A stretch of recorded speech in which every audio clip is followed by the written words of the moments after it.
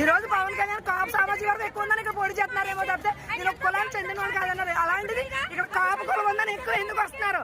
మీరు ఎందుకు గాజువాకలో పోటీ చేయలేదు? ఎందుకు భీమవరంలో పోటీ చేయలేదు? ఎందుకు తిరుపతిలో పోటీ చేయలేదు?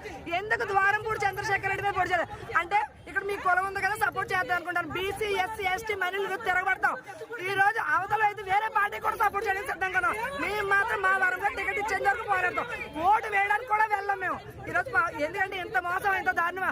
పార్టీలను తల వాడుకొని తెలుగుదేశం పార్టీ జెండా మోసి మేమందరం కూడా ప్రతిరోజు ఇప్పటికీ కార్యక్రమం ఉంది. మధ్యాహ్నం 3ంటికి కార్యక్రమం అనుకొని వచ్చాం. మేము తెలుగు చూస్తే పవన్ పోటీ చేస్తున్నారు, పవన్ గారు టికెట్ లేదని చెప్పారు. ఇది ఎంత న్యాయం? చంద్రబాబు నాయుడుకి అసలు న్యాయం ఉందని అడుగుతున్నా. లోకేష్ బాధ్యత జరిగింది, ఎంత ఘనంగా జరిగింది?